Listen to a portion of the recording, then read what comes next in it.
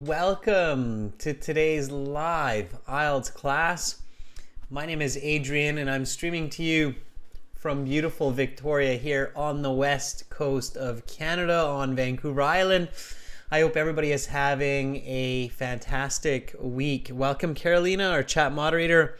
Hi Cass, welcome members. Shahil, Pooja, good to see many students in this class. Students, this is an IELTS listening class. We are looking at parts 3 and part 4. These parts will be about art and roads, as you might remember from last week's listening part 1 and part 2 class. Students, this is a subscriber chat class. So if you'd like to join the chat, then subscribe to our channel. We want to really encourage a lot of people to subscribe because you will get tons of help. Most of it is absolutely free. So it's a good time to subscribe to our channel. Subscribe now and join this chat. Students, this lesson is presented to you by aehelp.com. We are using the IELTS practice exams from these websites, as well as gieltshelp.com for general IELTS, where you can find original exams, lesson videos, and an interactive course that you can also get on your phone. Academic IELTS Help, General IELTS Help in your app stores, and you can follow us on Instagram, IELTS_AE Help and GIELTS Help. Make sure to join now on these websites. We've got tons and tons of great information for you. This is our academic IELTS website here with the blue background. Simply click this big red button to join our premium package. Use the discount code IGET9 to get a 30% discount off the premium course. Same thing with general IELTS. Click that big red button. We're going to be using the website for listening in just a few moments here, everyone. So great time to join. Use that code and you're off to the races. Students, if you have questions, send me an email, adrian@aehelp.com. We've got lots of live classes, and by being a subscriber on YouTube or on our Instagram, you can see when these live classes are happening. Right now, we've got listening part 3 and 4 for everyone. Tomorrow, we've got task 2 finishing with members, speaking part 2, where we actually speak with our students. We've got questions and answers for members where we do a bit more speaking with our members. So it's great to be a member of our channel as well. And speaking part 3. So check that out. All right. What do we got now? We got listening, right? So what are we going to do? We're going to talk a bit of strategy. We're going to listen. I'm going to answer those questions. And then we're going to review and talk a bit more strategy. So for the listening section, the strategy that I taught you last week is to make sure that you check the topics of parts 1, 2, 3, 4 during the instruction time. And that's how we know that today we're listening about art and about roads, everyone. So that's what we're going to do. And this is coming from our 6th exam, today's listening test. So you can see we're in section 3. In fact, now they call this part 3. Okay. And when you're looking at the questions in part 3 and you have a little bit of time to review, you see multiple choice questions like this one. Then the questions, the first strategy I'm going to teach you here is change questions into statements in your mind. Okay, so strategy 1, change, let's take that off. So change multiple choice questions into statements to hear the answer better. Okay, so what do I mean? I mean, like when you see a question and you're reviewing the questions in IELTS, they will give you some time to review these questions. And when you see a question like, how many books has the guest written? In your mind, you should immediately think, okay, they're going to say something like, this guest, this one here, this guest has written a certain number of books. Okay, so you want to think about it like that. Here it says, what description does the guest give his book? So you will hear something like, my book is. Okay, so think about the way you will hear the information, right? That is my first tip for these multiple choice questions. Don't necessarily stare at the answers, especially when they get really long like this. Okay, the author creates the artwork's meaning, but instead take some notes. Okay, so strategy 2, use logic and take notes for multiple choice questions. And I'm going to show you how when we do the listening. Okay, so I'm going to take notes while we're listening so you can kind of see what I mean by this. Okay, so keep these 2 strategies in mind with multiple choice questions for the listening exam. Strategy 1, change questions into statements in your mind to hear the answer better, because they won't come as questions in the listening. And use logic and take notes for your multiple choice questions. Okay, that's what's important. All right, everybody. So let's jump back to our website. We're going to use, well, we could use either one. We could use the general one as well. Yeah, let's use the general IELTS one today. We never do that, and might as well. Listening is the same for academic and for general. So you go to your My Student account. And then when you're in your My Student account, you have all these goodies like computer-based practice exams, full online course, and there's tons of information and help in each of these tool sets. Right now, we're going for the IELTS Audio CDs, and this is going to be CD 6 because it's the 6th exam. And it's going to be track number 3. Now, students, while you're listening, answer the questions, but don't put the answers in the chat. It gives a chance for everybody to answer on their own, and then, of course, they're not confused by wrong answers, okay? So let's do this together, okay? And listen, answer questions, and then we'll go through the questions together, all right, afterwards. So here we go, everybody. Let's listen, let's answer, and watch how I take notes for multiple choice questions. Now turn to section 3. Take some time to look at questions 21 to 26.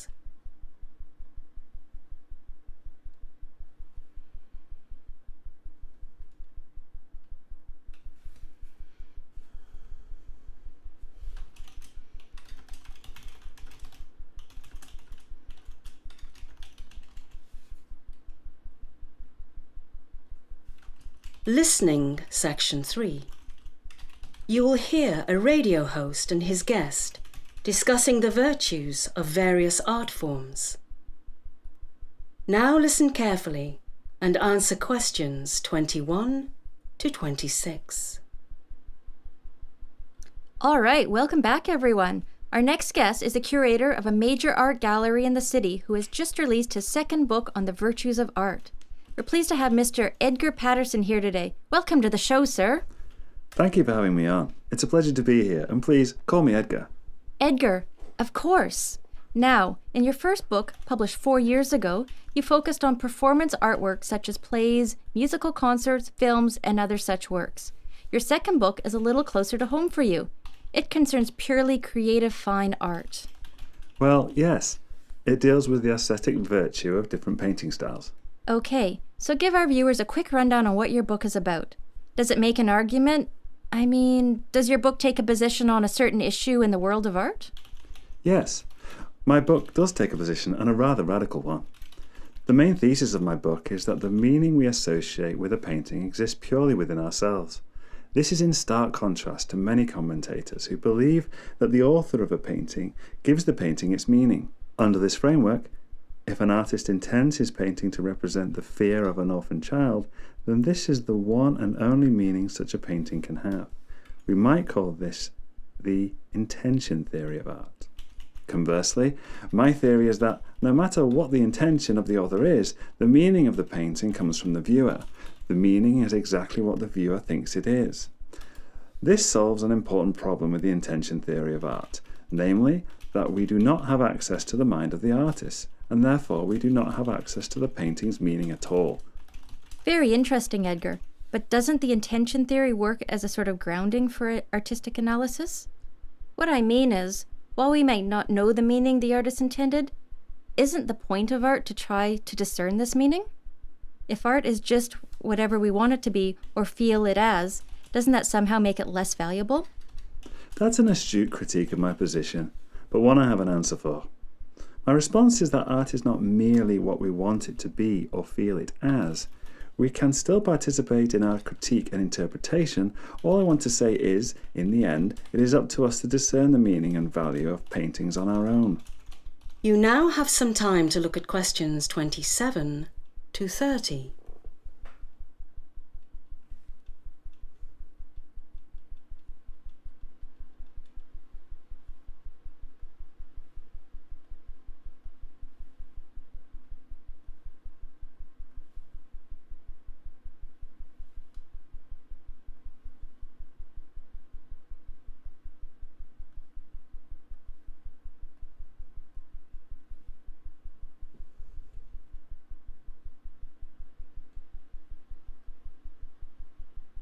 Now listen to the rest of the discussion and answer questions 27 to 30. Now, let's talk about one type of controversial art, abstract art. How does your, can I call it a subjective theory of meaning? Yes, that is fair. Okay. How does your subjective theory of meaning apply to something like modern or abstract art? Art which doesn't tell an obvious story or have a clear meaning. Many people think that such works of art have no meaning at all. It's certainly an interesting case, but one which my theory is well matched to deal with. You see, abstract art has its critics. Like you say, they think it has no meaning at all. However, other people think abstract works of art have all sorts of meanings. Now, under the intention theory, most of these commentators will be wrong, since the work of art either has a meaning or it doesn't, and if it does, then it only has a single meaning.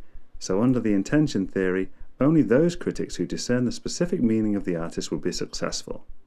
My theory, however, results in each critic being correct in their own way. For example, if, after critically analysing a certain abstract work of art, I determine it is meaningless, then it is meaningless. Because the meaning of an artwork comes from within, I cannot be wrong, and neither can other people. The critic who sees a metaphor for suffering and the critic who views it as something entirely different are both right. We are all correct in our interpretation, as long as we give the painting a fair critique. What do you mean by a fair critique? Well, I mean it is not enough to merely look at a painting and write it off immediately as meaningless. One must go through a certain process. That said, there are certainly other things. That is the end of section 3. You will now have half a minute to check your answers.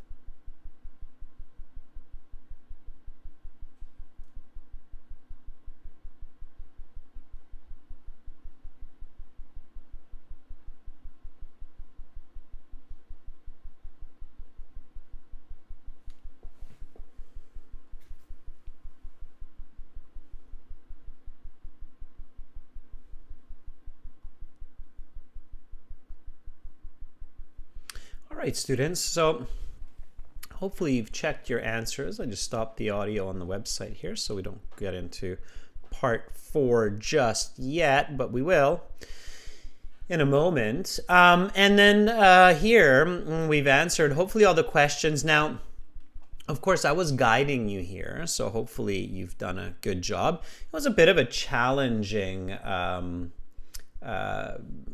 listening part. Section 3 can be a little bit challenging like that, okay? And again, notice how I was taking some notes, okay? So for the multiple choice, I was listening, taking some notes, and I was really paying attention to that kind of paraphrasing, if you will, that I did at the beginning while I was reviewing these questions. So for 21, I heard the speaker or the interviewer actually say second book. And then she describes it. She says it's your first book that you wrote 4 years ago. And then in your second book, it's much closer to home, meaning it's much more familiar to the speaker. So it's the second book. It's about creative art. So here, the answer to 21, and me, Yan, and Saeed agree here that it's going to be B too. Now, if everybody wants to kind of share their answers and you're not able to join the chat, remember everyone, you have to subscribe. Again, you have to subscribe to join this chat, okay?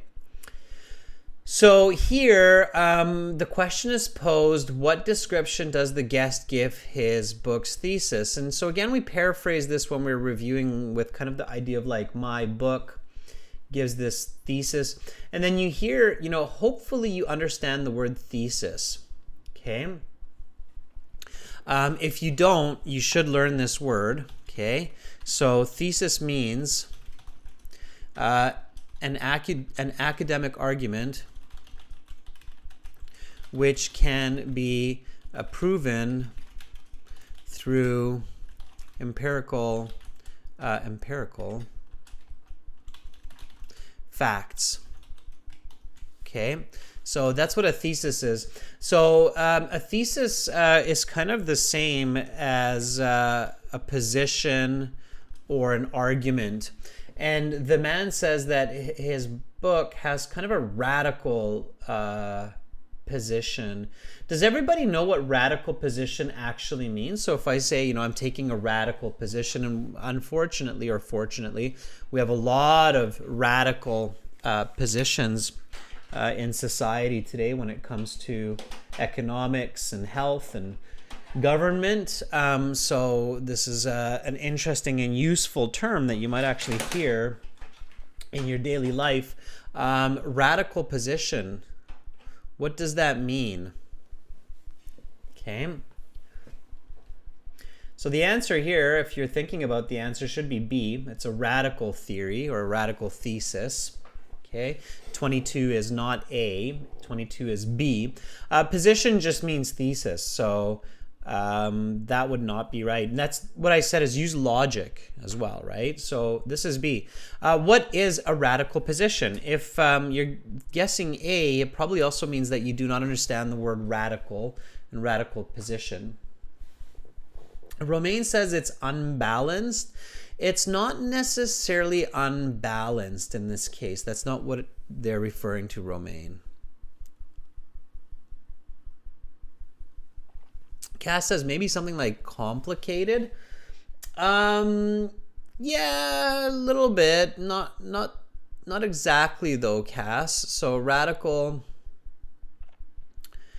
Yeah, so Faraz says it's an extreme. It's a novel and extreme position. So it means it's novel and it's extreme. So novel meaning new, of course, right? So when you're a radicalist, it means you're an extremist. Okay, so if you have radical ideas, it means you have extreme ideas that are probably quite new and cause great change. Okay. Yeah, and Karina says radical can also allude to being controversial. Very good. Yeah, absolutely. Radical also implies controversial.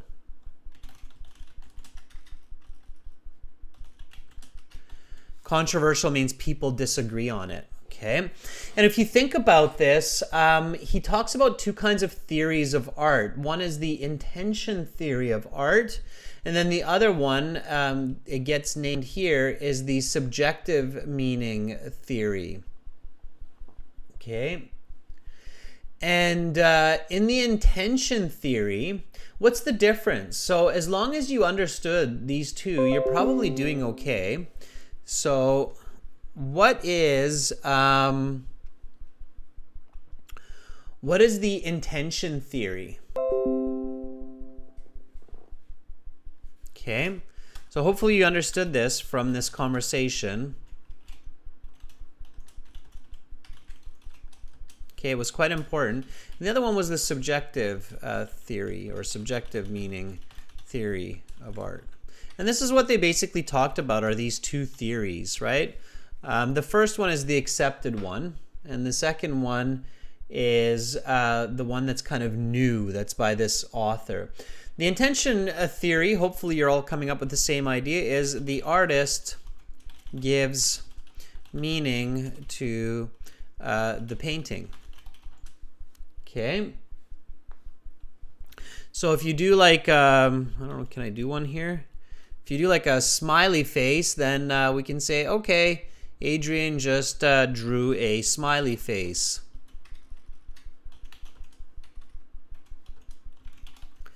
Okay. Subjective theory of art means that the viewer gives meaning to the painting or the art.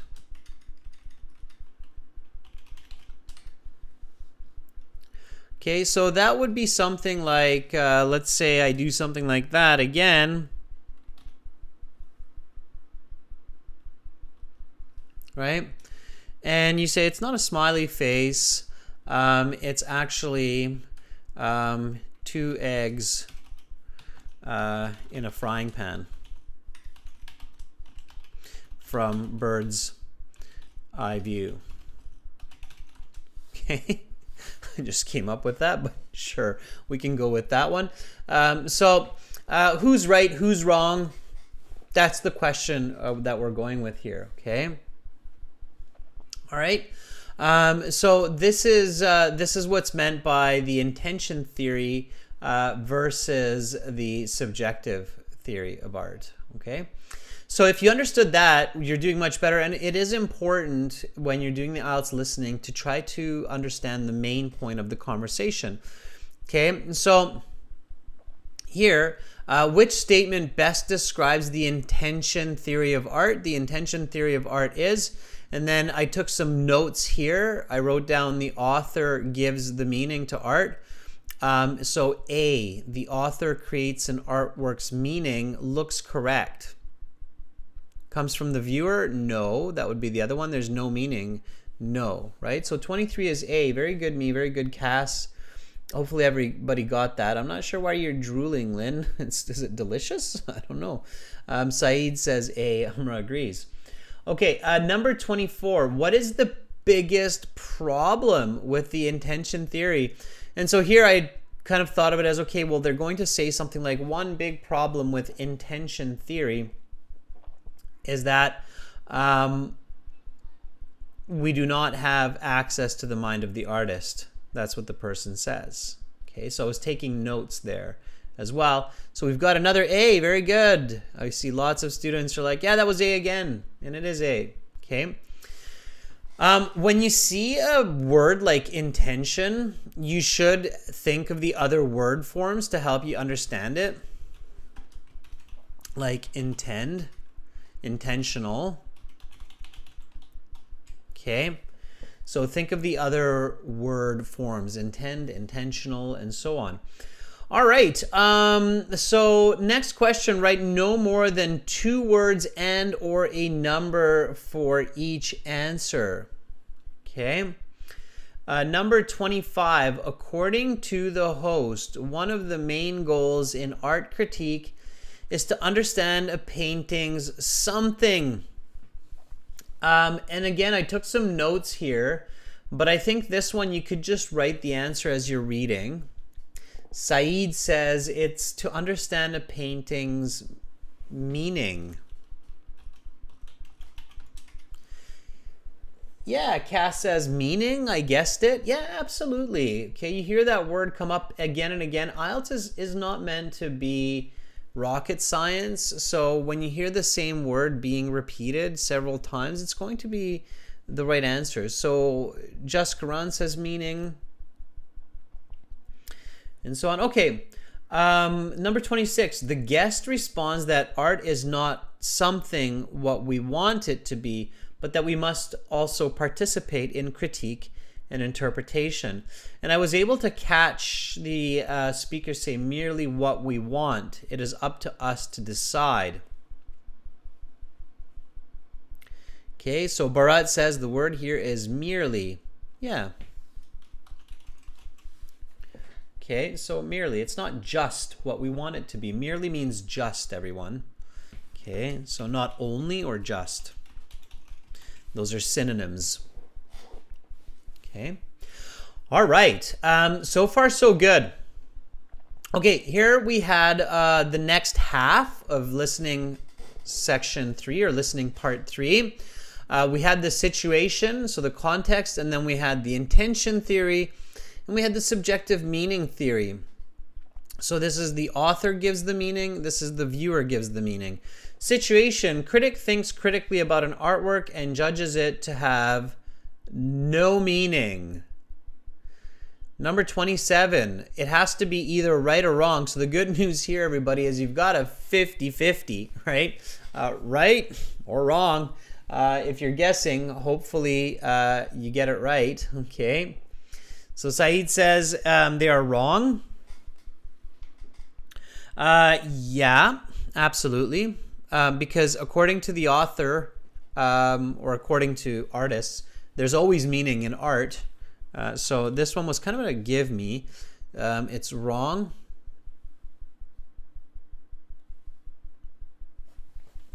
Okay, critic does not, and I highlighted not. You got to be careful about these negatives. Okay. So critic does not think critically about an artwork and judges it to have no meaning. Intention theory says the critic is wrong. Subjective meaning theory says, for number 28, Saeed says right.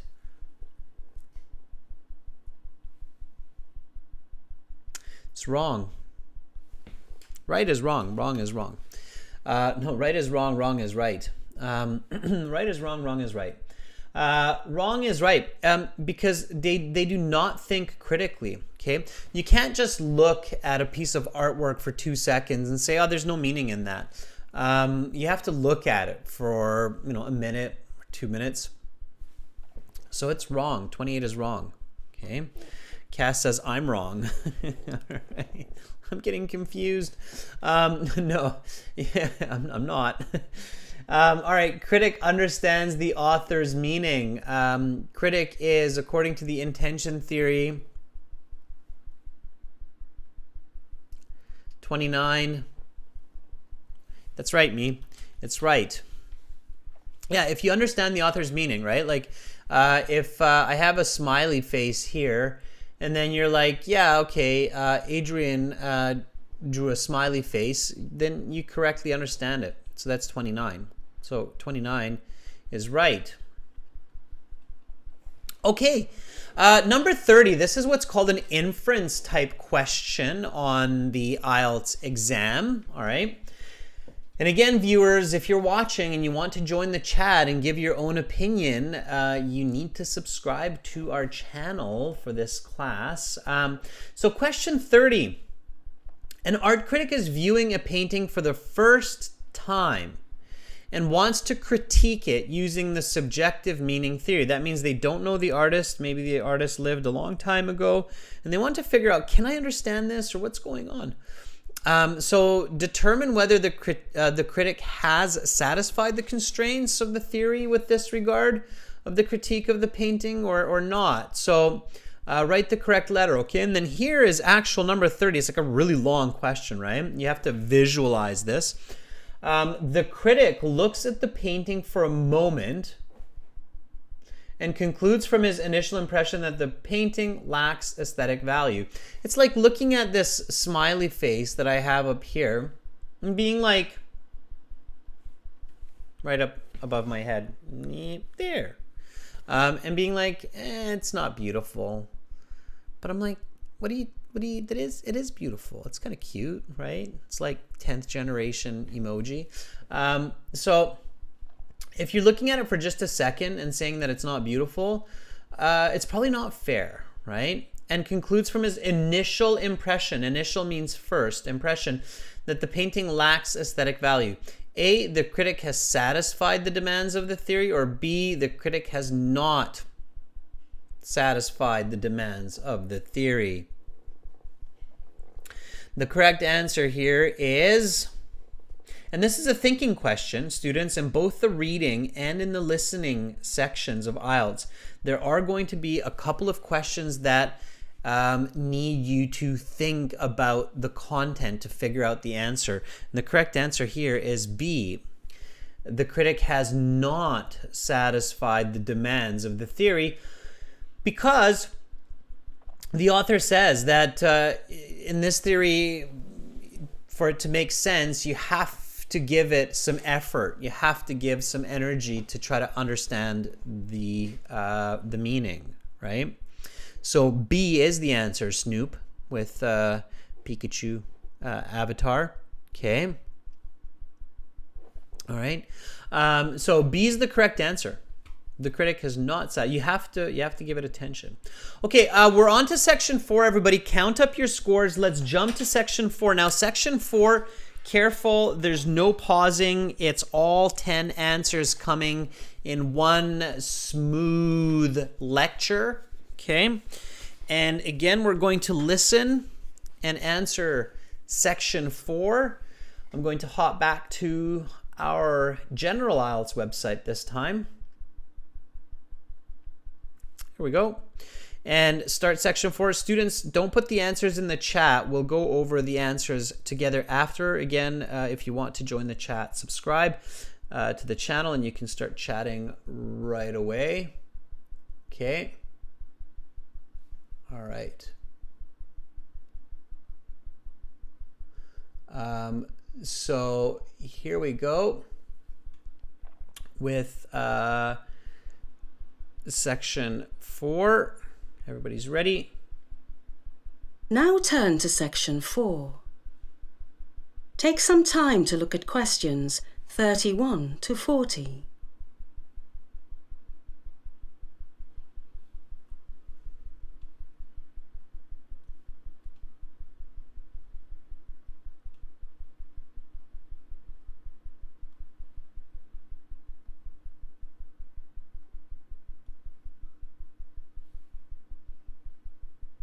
Listening section 4. You will hear a lecture about road infrastructure and its connection to economic prosperity. Now listen carefully and answer questions 31 to 40. Roads have been connected to economic prosperity for millennia. The first roads were thought to have been created by repeated animal grazing and then utilized by humans as ready-made routes for travel between adjacent lands. These roads, evidence for which exists going back 12,000 years, were likely not connected so much to economic prosperity as to survival itself. These roads allowed hunter-gatherers faster access to greater swaths of land. The first paved roads were used in ancient Egypt about 4,500 years ago. Historians theorize that these roads were the first roads used for trade in our history. These roads also would have been used to transport items, such as building supplies. Though rivers were much more practical thoroughfares for the transport of goods, certain goods from certain areas could not be transported by boat, and this necessitated the creation of roads for economic reasons. The Silk Road, though not precisely a road, is one of the most famous trade routes in history. Composed of many types of road, the Silk Road stretched from China and Thailand in the east, all the way through the Middle East and terminating in Western Europe. These different routes of the Silk Road brought myriad items from the east to the west, including, of course, silk. This brought economic prosperity to China and surrounding regions for many centuries. The Silk Road was so valuable for commerce that it persisted for over 1500 years. The Roman Empire was the first major manufacturer of a system of roads. At its height, the Roman Empire contained 29 major roads, totaling over 75,000 kilometers. That's enough road to go around the world twice. Notably, this is almost the precise total length of the modern United States interstate highway system. These roads connected the vast lands of the empire and brought an intertwined economic prosperity to the diverse regions of the empire. Furthermore, the roads were used for military transportation, giving the Romans a massive strategic advantage over their less advanced adversaries. Through the Middle Ages, roads continued to be built and used for trade and commerce, though technological advances were virtually non-existent. Though tar-based roads were used briefly in the Arab Empire in the 8th century, this technology would not take off for another millennium. Today, our roads and highways connect our communities, countries, and economies. They are the modern trade routes by which we are all connected to each other. The modern world would not be possible without the vast expanse of road infrastructure. One interesting development in the history of road infrastructure was the advent of underground systems. The first such system, the London Underground, opened in 1863. Such subterranean routes greatly increase the volume of human life that a city can sustain, thus increasing that city's economic output. London would not be a fraction of the economic powerhouse it is today without its underground rail system. The same can be said for virtually every other major economic centre. Underground systems are the next generation of economic generators. While roads move goods which create economic prosperity, underground systems move human capital, which creates further economic prosperity. What is the next great advance in ground transportation? Some futurists have theorized about a system of tubes propelled by air pressure or other means, which would transport individuals vast distances in short times. Such a system could move humans at unprecedented speeds, perhaps with an economic footprint far less than that of subterranean networks. Such tubes could even be built underwater. Imagine such a system connecting New York to London or Tokyo to San Francisco. It would be incredible. Whatever lies ahead for humanity, roads have gotten us to where we are, and they are very likely to play a prominent role in getting us to where we will be next, in one form or another. That is the end of section 4. You will now have half a minute to check your answers. All right. So again, let me just hop back to the website here and stop the audio for that listening section. Okay. So roads. Yeah. The evolution of roads for humanity started somewhere. Let's see where. So this professor is talking about roads, maybe in a human geography class. I can't remember what they said at the beginning, but the first question, it comes very quickly at the beginning. What phenomenon created the first roads? There's a very clear answer. He emphasized this answer. What was it? Said says animal grazing. Yeah, it's close, Said. The word is animal grazing. And if you go hiking in the forest, you can still see that. You can see animal paths, and it's animal grazing, and it's easier to walk on those paths than through the thick forest. So animal grazing created the first roads, right? Animals moving through the land and eating the vegetation, cutting a road through the vegetation, and of course with their feet, they're stomping a path as well, their hooves. oftentimes, right? So animal grazing created the first roads. That answer came very quickly, and then you had to wait about a minute or so before the next answer came. The roads were necessary for the transportation of many goods. What was a much more practical thoroughfare? Thoroughfare means transportation or route. For the transport of goods in ancient times, this was given very, very clearly. He says it in two ways. The correct word is rivers.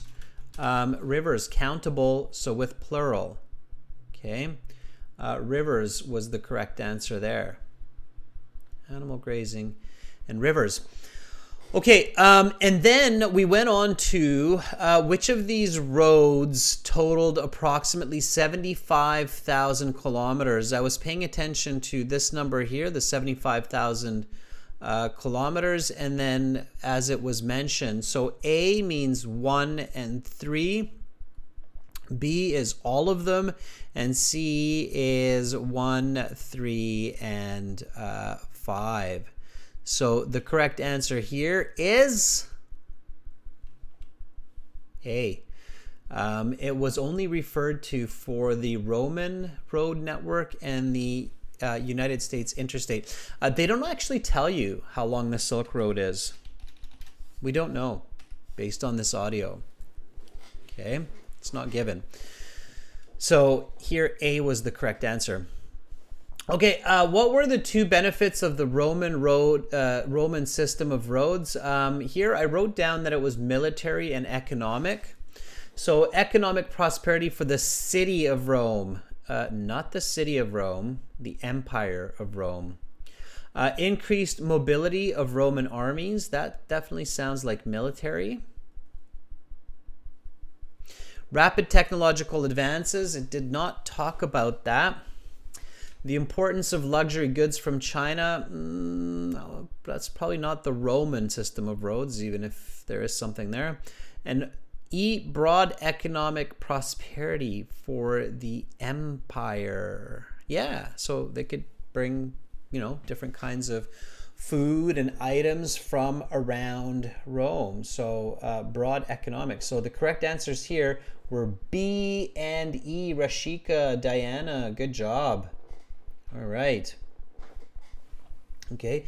Be really careful with weird little. I don't much like that IELTS does this, but they have to make sure that people are paying attention. So A is wrong because it's not the city of Rome; it's the empire of Rome, right? The Roman Empire. So B and E were the correct answers. Okay, and then here we had this interesting one. This is like if you're doing the computer-based exam, you're probably doing drag and drop here. So you had ancient roads, okay? And then you had subway systems. You had future transportation. Basically A, B, and C. Ancient, subway, future, and all of the above. So let's see. Number 36, increases economic activity. Is it only ancient roads? Is it subway systems? And how about future transportation? Will that do it as well? Are they all of them, or is it just one of them? Saeed says 36 should be B, applies to subway systems. Saeed, keep your thoughts simple. Remember, it says here for this one that ancient roads, like in Rome, also brought economic prosperity. So we heard about the economy for both ancient roads and for subway systems, so we can make a very good inference that the correct answer here is going to be D. Okay, so D is the right answer there. Responsible for the growth of modern cities. Okay. Future transportation would not make sense for that. So here the correct answer is B. Okay, subway systems. Big modern cities, New York, Tokyo, London. Subway system. Used for military transportation. Do we use subways for military transport? Not so much, right? Future, Probably not so much. Ancient roads. In the ancient times, the military moved on the roads. These days, maybe the roads, but not the subways. So it'd be a bad idea for the military to use the subway. Moves human capital. Hopefully you got that. Should be B again. People get on subways. Ancient roads, future transportation. Best answer, D. All of those will move humans, right? Okay, so number 39, D. You have to think carefully. At first, subways, yeah, they move people. Ancient roads, they move humans? Yeah, they move future, yeah, they'll move humans. All of them. Okay, number 40, that was an easy one. Okay, will. As long as you paid attention to will, it means the future. So that would be C. Okay, so will move humans at unprecedented speed. So D, B, A, D, and C are the correct answers here. All right, students, hopefully you got that and hopefully you picked up some strategies there. Let me ask you this. What did you get from 40? So if you were here last week and you did part 1 to part 4 for exam 6, then you should have a score out of 40. And you can check your band score on the website. Again, if you go to our general IELTS website here, and you go to the very bottom of the page, just like down, no, other side, well, where is it? Down, can I twist my, look at, yeah, down, there, no, there. I can't work. I would never be a Da Vinci. I can't write in a mirror. Okay, so down there. Down there, you see those like home IELTS course, and there's a score calculator. Let me make that bigger. See? Score calculator right there. You have a score calculator, and you can pop in your score. Okay, so if you have 36 like Lynn, then you get a band 8. It's right above my head. Band 8. Okay. Bakrad, if you got 15 out of 20, that's not bad. Let's say you would have gotten something like 32 total or 33. That would be a band 7.5. 32, 7.5. Cass got 35. Cass, 35 is a band 8. That's pretty good. Okay. Diana, 36. That's pretty good. Ming Kui Yun, 31. It's band 7. Okay. One more. Had you gotten one more, Ming Kia, you would have gotten 7.5. Okay. Lei Quang Hue got 25. Band 6. Okay. All right. So you can check that on our websites. And again, remember, students, if you really like our videos and you want to get all of our practice exams and tons more help, join the full course. Click that red button. In Canada, it costs $74, but for example, like in Vietnam, it only costs, I think, about $30. And then you can actually use, that's huge, you can actually use a discount code here. See that coupon code above my head? So you can use a discount code that we have right now. It's IGET9, and then you get 30% off of the premium package. And see, now if you're in Canada, it's only $52. If you're in Vietnam, I think it's only like $25 or something like that, or not. Well, US, it's actually cheaper. It's like, because this is Canadian dollars, but US dollars, I think it's only like $18 for everything in Vietnam and India. So check that out, everybody. For academic IELTS, go here. It's aehelp.com. Click that big red button. Oh, and it's a one-time payment. It's not like we want to charge you every month. It's the IELTS exam. It's not your Netflix subscription. So it's a one-time payment, and it's for lifetime access.